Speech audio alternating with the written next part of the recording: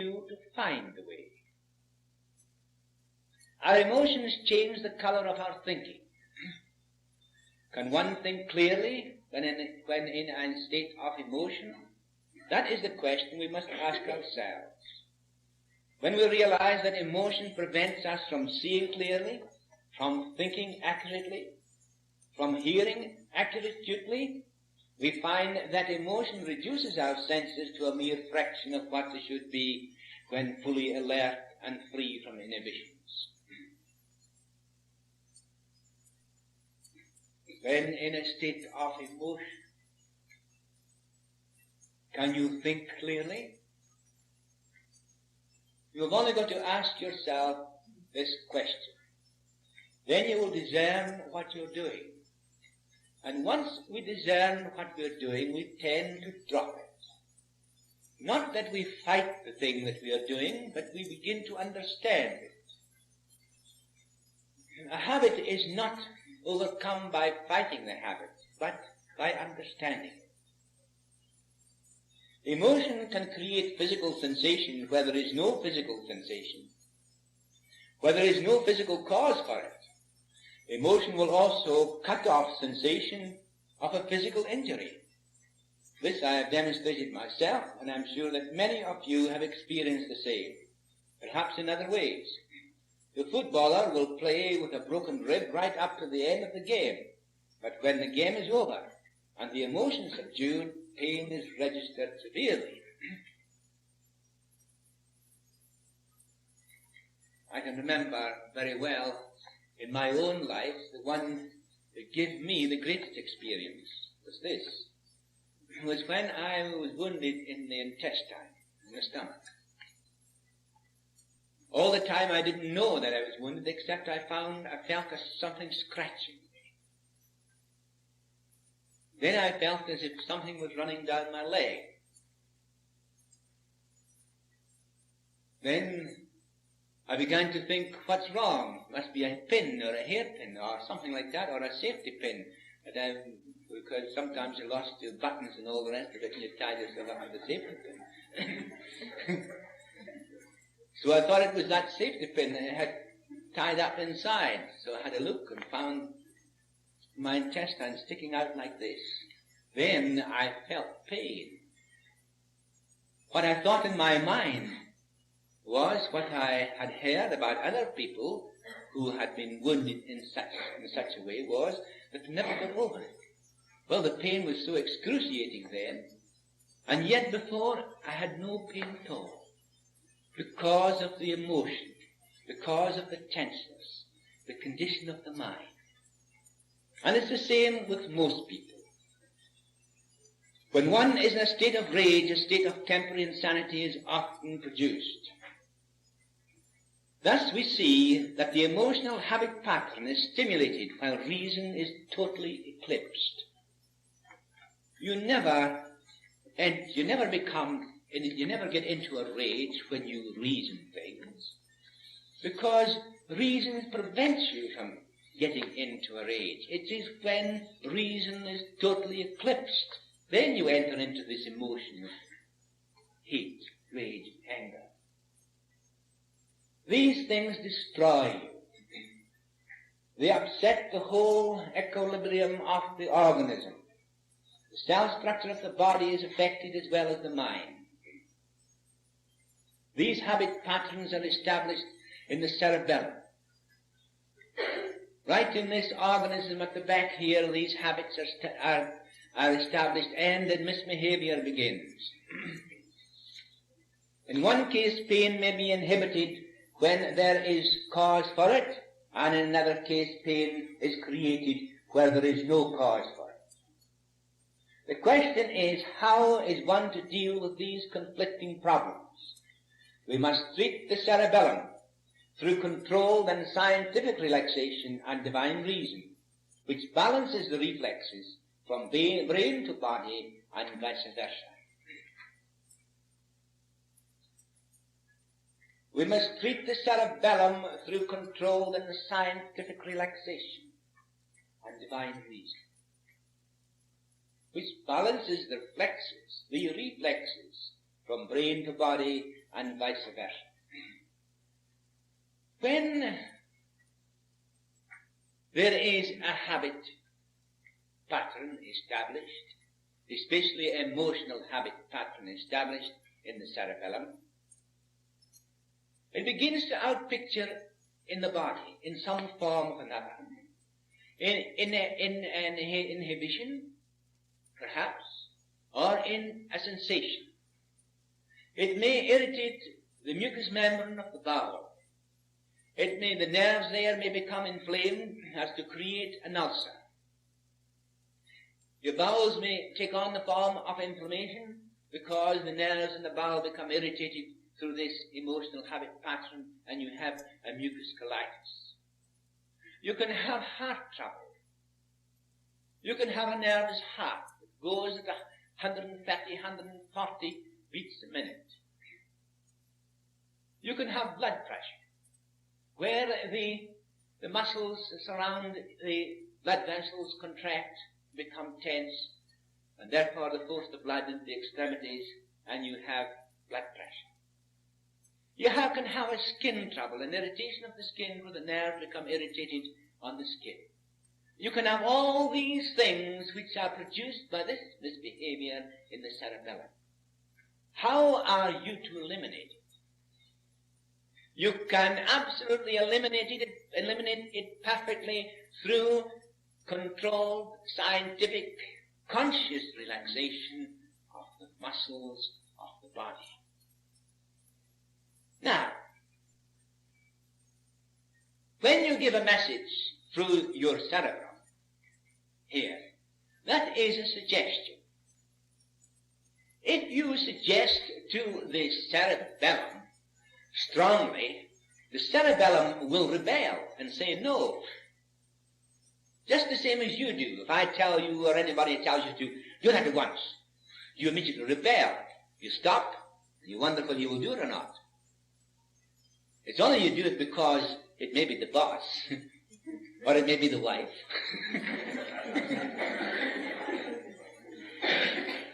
Therefore, you stop for a moment, but the first is a resistance. But the cerebellum here at the back here, this brain here, it says no.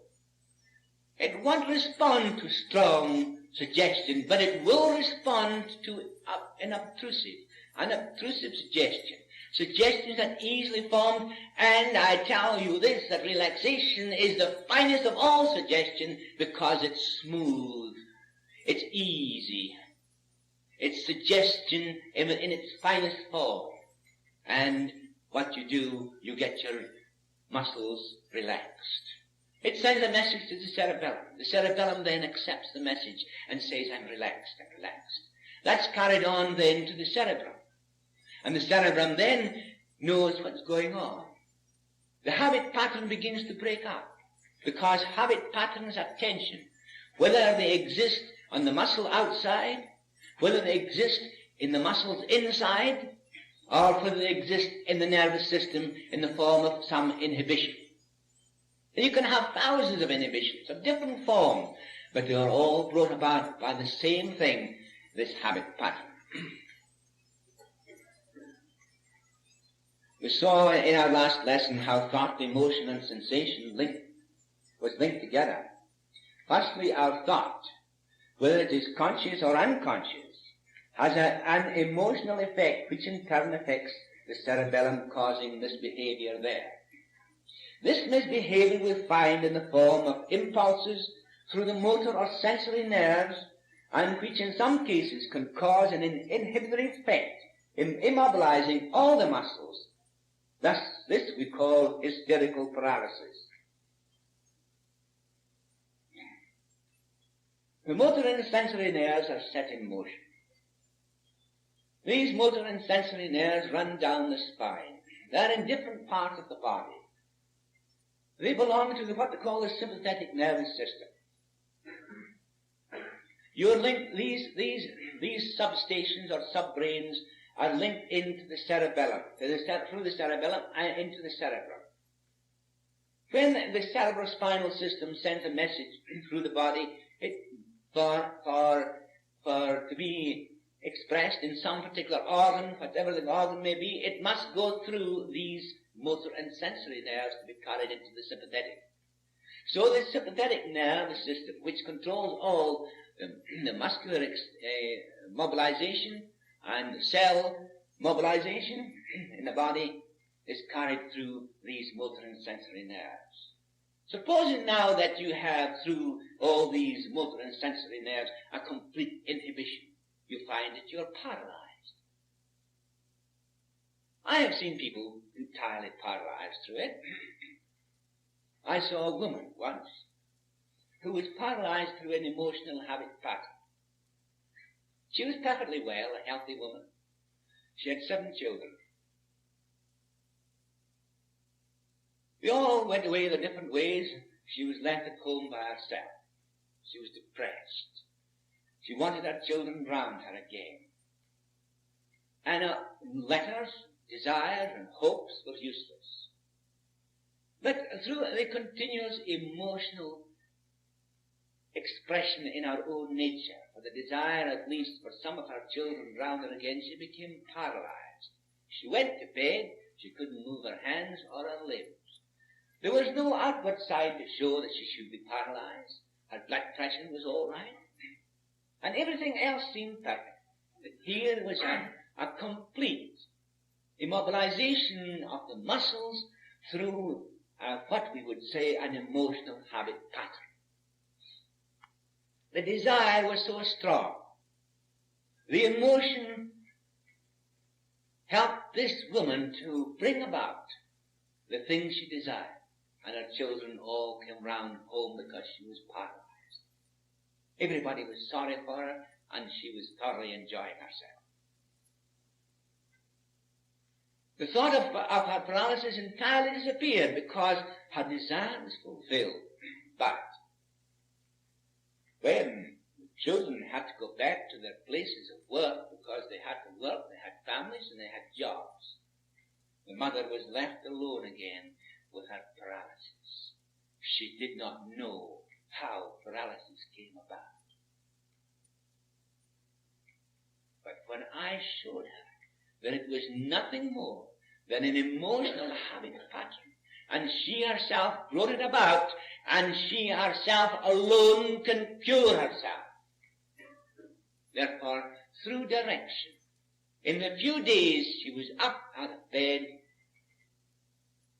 as good and as well as ever she was, for the simple reason that she saw what was happening. And through proper divine reasoning, relaxation of all the muscles, and that suggestion which is smooth and silent, taking off the brakes.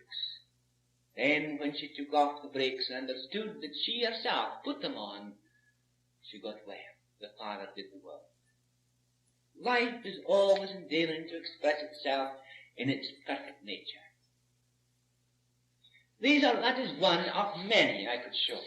I could relate hundreds of cases where these emotional habit patterns have been the means, in some cases, of creating miserable lives.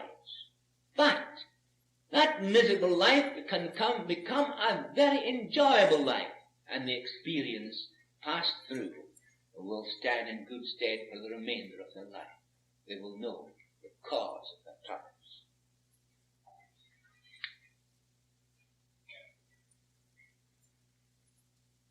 In another way, it may stimulate muscular activity in the form of St. Vitus dance. This we call hysterical muscular reaction.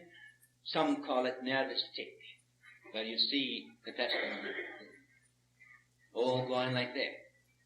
I had a boy who came down, a boy with school here.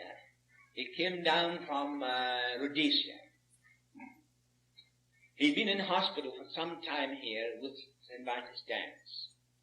The father brought him to me, this was on Friday last, just Friday last. The father brought him to me because in the school he contracted this St. Vitus dance in the school, and he was taken to the hospital. They couldn't do anything for him because they gave him electric treatment and all that sort of thing, but he was just the same when he came out. And the father wanted to take him home to Rhodesia, and he he took him to me first on Friday. He couldn't put his hand to his mouth. He couldn't tie his shoes. He couldn't put his coat on or his clothes. He couldn't dress himself. He was really in a dreadful state. The father brought him to me on Friday. I talked to the boy and I found out the cause of his trouble.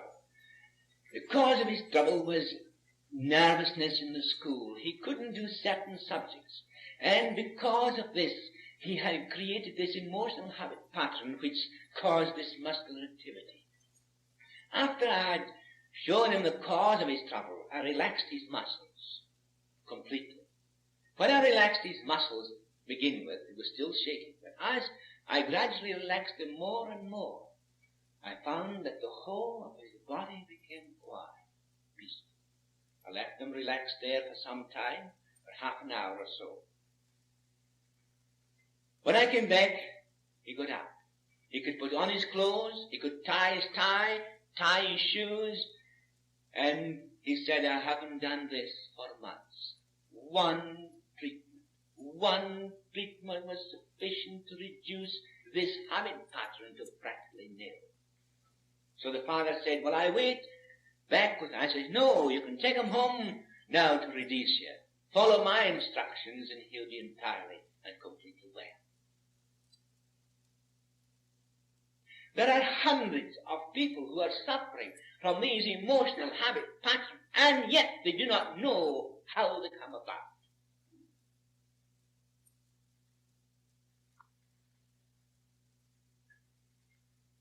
It can make you forget your name or where you live. It can make you quite oblivious to the fact that you owe the bank a large overdraft. It's quite convenient sometimes. It can make you stammer and stutter. It makes you feel that you cannot remain in an enclosed space or in a crowd, etc., etc. There are hundreds of ways that this mischievous misbehavior of the cerebellum makes your cerebrum feel what it feels, and that is how you know what is going on. And it is this. I remember a long time ago, some of you will also remember the time that Chloe started his campaign of suggestion, which was in the school of Nancy in France. You can remember the time when across the front page was Chloe with his suggestion, day by day, in every way I get better and better. That was his formula. Now, Chloe found very clearly that in the first place he tried suggestion. But he found also that direct suggestion made to the opposite of the trouble, intensified the trouble. But he also found that when the idea of the trouble was left alone entirely, and a formula was created such as day by day in every way I'm getting better and better. But in the way that it had to be said, Chloe said you've got to lie down, quiet. Let yourself go into a dreamy state. And as you're in that dreamy state, say those words, day by day in every way I get better and better. That was the formula. And thousands of people at that time, when it was fresh and new, got better of all the complaints. Now I know dozens of people who have got better of the complaints at that time. But since that time has become too common, suggestion has become so common. The reason why that it happened was this, that when the person relaxed, went into this dreamy state, the idea of the trouble seemed to pass away. And then saying every day, in every way, I'm getting better and better. It did not stimulate the trouble by a strong suggestion, but with that smooth, silent, unobtrusive suggestion, the brakes were taken off, and nature did her work. So you see clearly and distinctly that as we grow into this knowledge, the same principle is involved. The suggestion had to become autosuggestion before it had any effect at all on the individual. So therefore no suggestion of any kind can be of any use to you unless it becomes autosuggestion. And autosuggestion can only come through either the desire of the individual towards the end suggested, or when there is the quiet, smooth, unobtrusive suggestion given where it enters into the mind, and there becomes autosuggestion and knowing to you. That's what relaxing the muscles do, so break up your emotional habit patterns and they dissolve away with the great help of divine reason. Divine reason is this: in knowing the truth about yourselves, not something that is outside yourselves, but the truth about yourselves, knowing that life itself is the only living thing. The body does not exist apart from life. Body is the vehicle that life has created for its own expression. And without the body, life could not be expressing itself now in this form. Therefore, it created it for its own self-expression on the physical plane, the nerves, the brain, and everything. There is no other power that could do so. Therefore, we see that the body does not exist apart from life. So life is the predominant thing, the actual reality, and in that is your consciousness. Consciousness is in life. Life and consciousness are synonymous. When you recognize this, then you will see where the source of your thinking comes. And through relaxation, outcropping, as we will learn later on, because I'm not going to take you into that field just now, but we uncover the various layers of consciousness until we reach at a stage where we find pure consciousness. Automatic writing is, to a great extent, the outpicturing of the subconscious. And that is why, when you write unconsciously, you are writing down just what is within the mind, without, as it were, examining, but only discerning, without comparing, without judging, but just allowing the flow to take place. You empty the various layers of consciousness until such time as you reach the pure consciousness. It is only when you reach consciousness which is pure can you ever get anything of any value at all out of your automatic writing. Therefore you see, but the great thing in automatic writing is this, that it enables your mind to be emptied out and all the various layers to be exposed, all your various secret habits, your secret desires, your secret motives, and everything about yourself, it's written on paper. What a mess.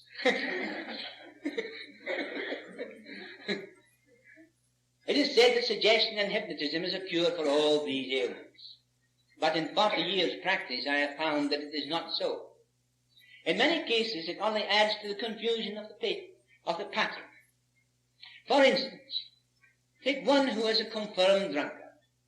Suggestion may be given, but if the counter-suggestion is stronger, there is no cure this way. But there is a cure which we will see later. For as sure as the morning comes, with the stomach churning and a nervous quiver, the hands trembling, this acts as a more powerful suggestion than the verbal one given previously. And the result is that the belief that a hair of the dog that bit him will cure the quiver of the hand tremble, and cure the quiver in the stomach and the hand tremble. That is quite true. How often have people tried then to get over their habits by suggestions? It may do for a while, but that is not the cure. You have got to understand the cause. Then when we understand and underline and there unravel cause, we find it will be removed. I have seen a person so bad with the drinking that the only way they could bring the cup to their mouth was a thing like this. They got it round their hands, and they took the tumbler in their hands like this, and they drew it up this way to their mouth. That's the only way, because his hand was shaking like this, but the only way he could bring it up was steady like that. And that's not very long ago.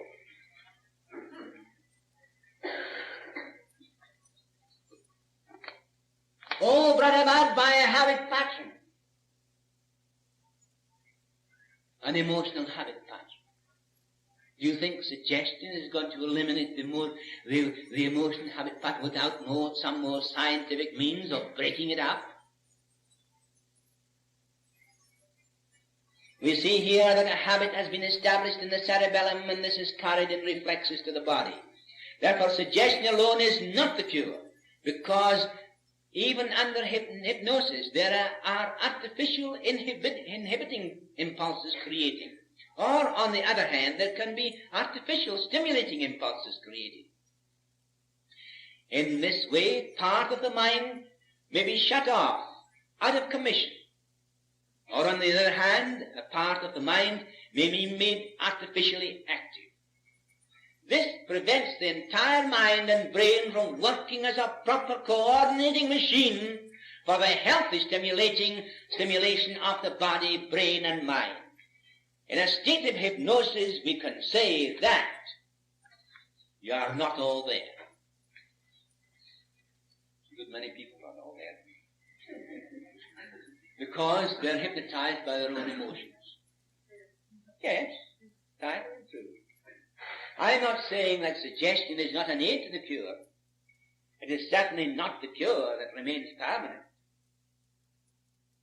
This can only be brought about by proper relaxation and divine reasoning, which we will see in our next series of lessons. We'll see clearly how this is done, step by step. In 10 steps, I will take you through a complete method, and you will find how wonderful it is. We can see that with conflicting emotion and habit patterns created in the brain and nervous system, which throws the whole organism into an uproar, a civil war is going on inside. This proves that our emotions partially hypnotize the functions of our bodies. There, where we see we are hypnotized by our emotions. Our seeing is reduced. Our hearing is reduced.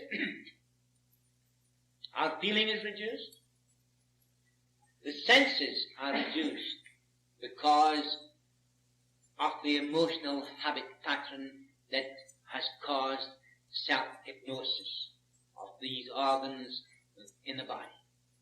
It produces this anesthesia which impairs your functions 50, 75, and sometimes nearly 100%.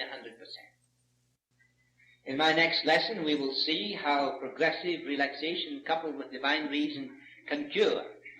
Once the self-implied technique is acquired and the habit muscle tension is relaxed, you break down the old habit pattern, and as the cerebellum asserts itself, the regular work given to it to do by the intelligence that created it is performed according to the mind, accordingly as the mind assumes a true attitude towards life.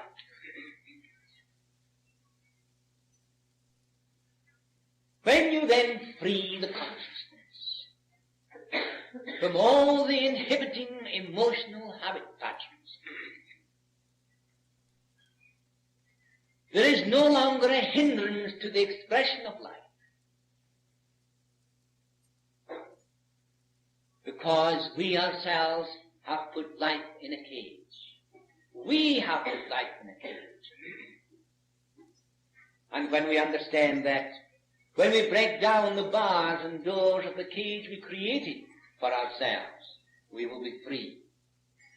It has been found that certain forms of breathing help to quieten the nervous system stimulated through emotion. But there is no room for this lecture, for detailed instruction. In this matter, we will deal with it later. There is one thing sure.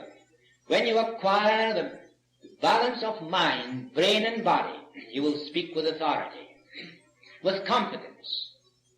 You will have that quiet, easy assurance, a calmness that nothing can move, because you will know and understand. The blusterer is always one who is covering up a weakness. You may be sure that there is a conflict going on inside. But this bluff is often unconscious. It is the habit pattern created through conflict. The conflict of two images in the mind.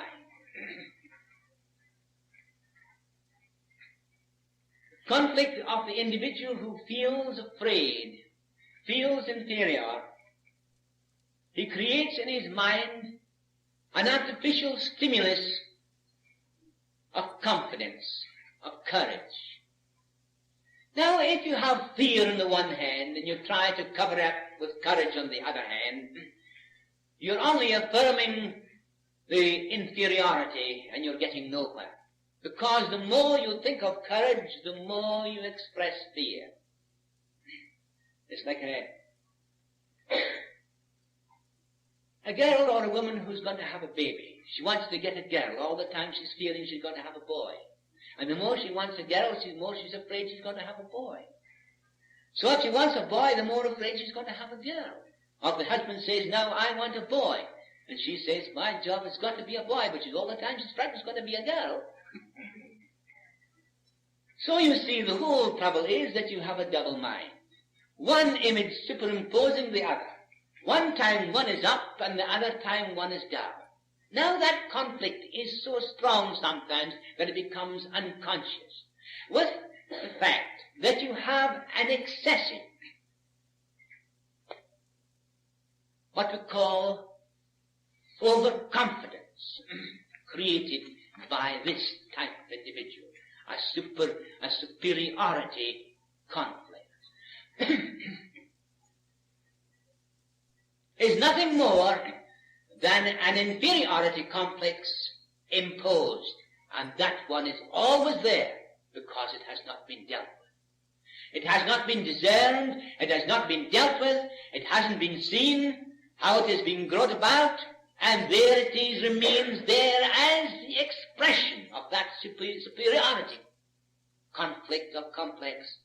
All the time there is a struggle going on, a deep struggle going on, and as sure as you're alive, that struggle going on is going to affect your nervous system so soon that you're going to have an ulcerated stomach, or you're going to have mucus colitis, or you're going to have an irritation in your somewhere, or you're going to have something very serious wrong, and you do not know where it comes from. Then, when it happens to you, what happens again? The vicious circle takes place because you dwell upon it. You're afraid of it. You fear the very thing that you brought on yourself, unconsciously. There is the vicious circle. I want to show you what you're doing, so when you eliminate these things, life itself, that is unconditioned, gives expression to itself. Take off the brakes, and the Father does the work.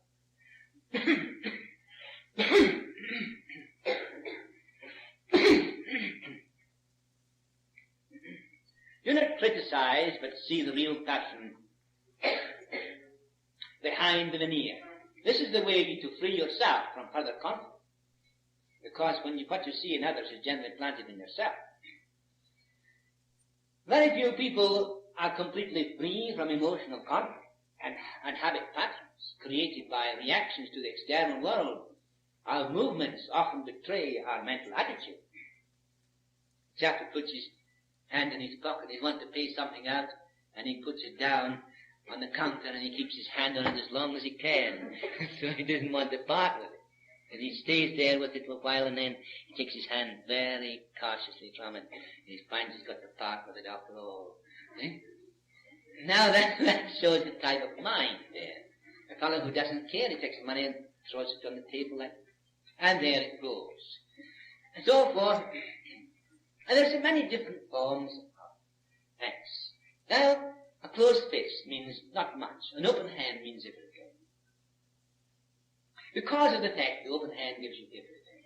That is the way to give it. That's the way. Because you find you're getting everything. Fingers all represent something. Sometimes a person will do this.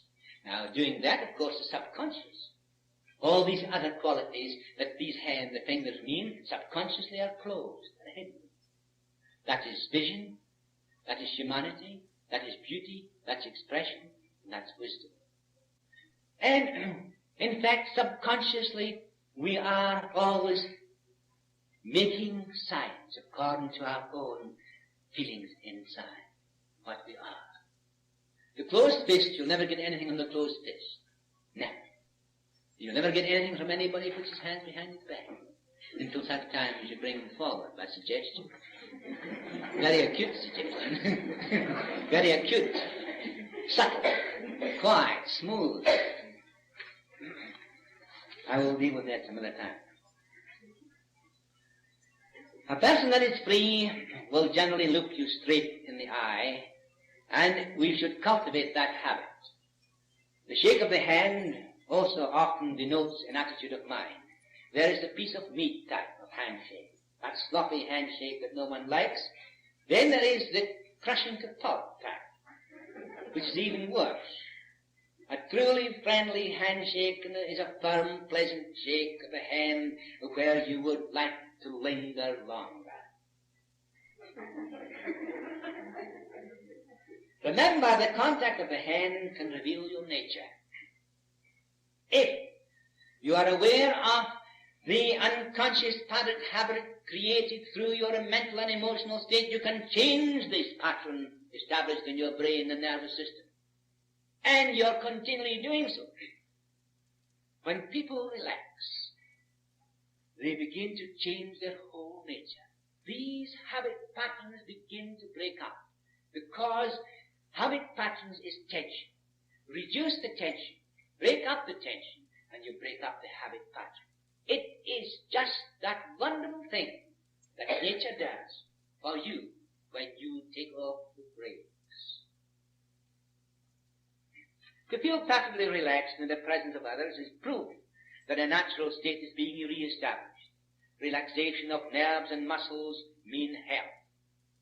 Those who are in tension in the presence of others often create trouble through what I call occupational anxiety. A person who is always in a state of anxiety and tension in the presence of others is surely going to create what we call occupational anxiety, which produces similar effects to what I call an emotional habit pattern will do. It's in a similar thing. This state of affairs causes a change in the tissue structure, thereby organic conditions are often created. By following what I have told you, you'll begin to express the true pattern of life itself. You will develop unconsciously, and you can still further develop it by doing the little things you previously left undone. Practice doing everything the right way, at the right time. Do not procrastinate.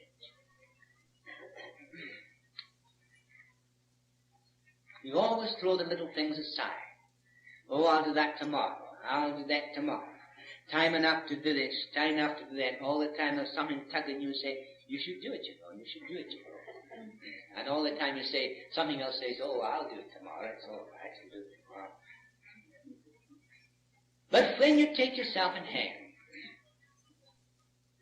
doing the little things are most essential, because it's doing the little things that produce strong will and a strong personality. You're forced to do the big things whether you like it or not. You're forced to do it. The small things you can throw aside. That is ruining your will to do. try and recognize the great truth that nature is always active, all the time, and she's doing the little things always. And nature is doing the little things that make the big things. And it's the little things in your life that really make the big things. When you know your condition and the cause of it, you are not so prone to bestow your attention upon it, thereby intensifying the trouble. You will know it is there, but it does not mean a great deal now. Then you face the way you want to go. These conditions are your experiences. Then let them be your driving power and not your stumbling block. How often are these conditions in your life your stumbling block? Experience is always a stepping stone. But if you bestow your attention upon your trouble severely with fear, you intensify it 100-fold. There are, in fact, 3 stages in every trouble. There is the physical, the emotional, and the mental. Physical trouble may only be 10%, but the emotional and the mental may be 90%. But the physical stands out so enormously to you that it becomes 100%, yet it is only 10% of your trouble. Can you understand now, then, how you can remove this emotional and mental effect of any trouble? By recognizing how to go about it, by realizing the truth about yourselves.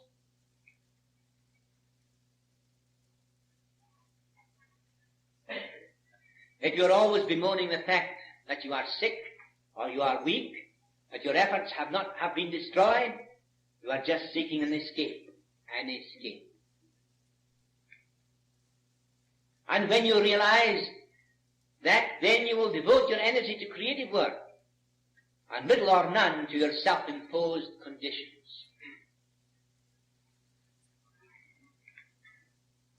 A great deal of sickness is nothing more than a desire to escape from something.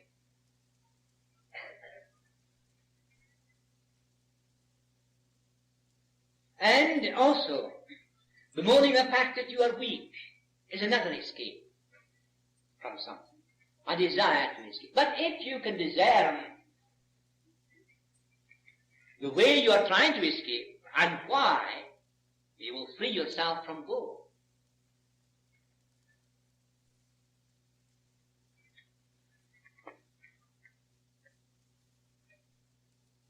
So you see that you will devote your energy to creative work and little or none to your self-imposed condition. I would like to call this surgery of the mind, where we begin to cut out the seeds of our emotional habit patterns, and the knife we use is divine reason coupled with scientific, conscious relaxation. This is the finest lens we can ever use. In our relation with people and things, we gain experience. We get to know ourselves. If we discern deeply our thought action, our emotions, we will free ourselves from the habit pattern of greed, envy, cravings, and dependence upon people and things. We will no longer be dwarfs in a world created for giants.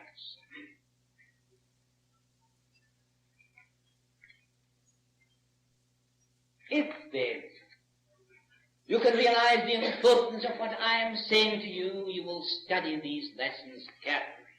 You go over them again word by word, because I have not given you a quarter of what is in this lesson, no, not 100th part.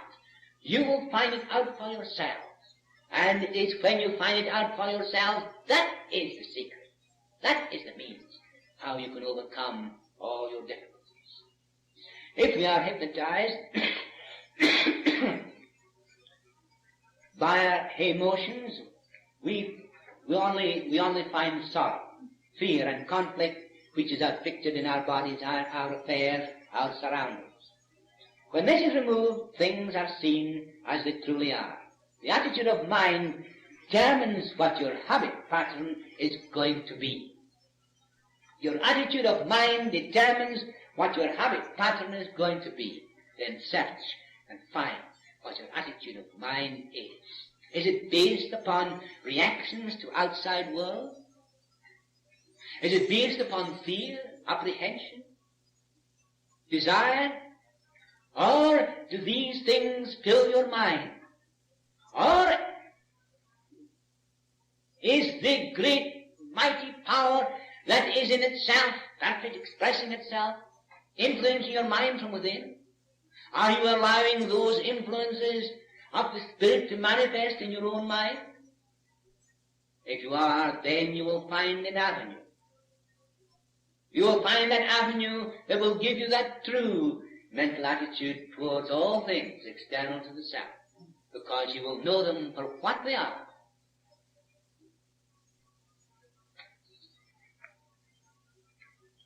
When we begin to realize that quality, that unlimited power we have to create, to do, that our efficiency is dependent upon our power of attention, we are no longer in bondage. But this is impossible where there is strong emotional conflict. You must see that confusion of thought is bound to create confusion in your environment and life. If you are caught up in the error, you will fail to see the truth. But when you see the truth, then the error dissolves away, because the error has no foundation. The cause and cure is in man's own self. Many of you in the past have been caught up in both truth and error. And this is the cause of much of your confusion. Truth and error. That is in the mind. Most teachers of truth are only dealing in images. They don't give you the truth. If you're caught up then in a prison, you're in a prison. Most people are in a prison, but they don't want to get outside the prison. They don't want to free themselves. They're afraid of freedom. Absolutely, utterly afraid of freedom. Now look into your own minds and see if you're afraid of freedom. Will you cast everything out completely that's in your mind outside and deal with it? Throw it out and be your real self? Oh no. You want a prison a little bit more comfortable than the one you had, so you can snooze there. That's exactly what most people do. And unless you are prepared to eliminate everything and stand alone, clear and distinct, see all these things are relative, and only that which is real in yourself stands alone. God Almighty, no other.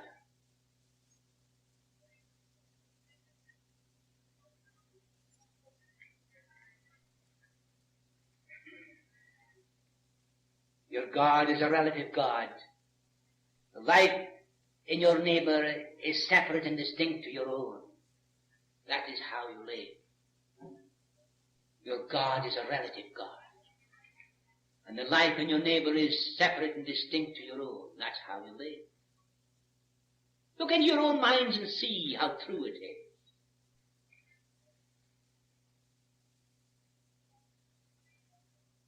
You could not reconcile the false teachings you heard with that inner conviction of reality. And not being able to discern the false, you could not know the true. But now all this is changed, yet the change will continue, for it is eternal in nature. And ever upward and onward progression, unfolding more and more of the wonders set before you. I am Alpha and Omega, the beginning and the end. Therefore, if you can see clearly that the life in you and your neighbor is the same, then you will say, as Jesus said, love your neighbor as yourself. If you can dispense with everything, leave nothing except your bare principle of life, then you will find that life itself is the creator of all things, and you will be free. You will not be dominated by the outside world. You will not be caught up in your conflicts. You will not be caught up in your habit patterns. But you will unfold each layer of consciousness, all the stupid things that are there. They'll come to the surface, you'll discern them and know them that they are relative. You'll not look upon them as right or wrong, or judge them, or compare them, but allow this free association with the things that have hindered you all your lives. Come to the consciousness, and then you will see what has hindered you in the past. In the recognition and realization of the truth. But what you discern then, you will see is outside yourself. That you yourself will stand alone as the Creator, one with the Creator of all things, that creative principle existing in everyone is the same. I and you and me, and we and God. There is no other truth. Alpha and Omega, beginning and end.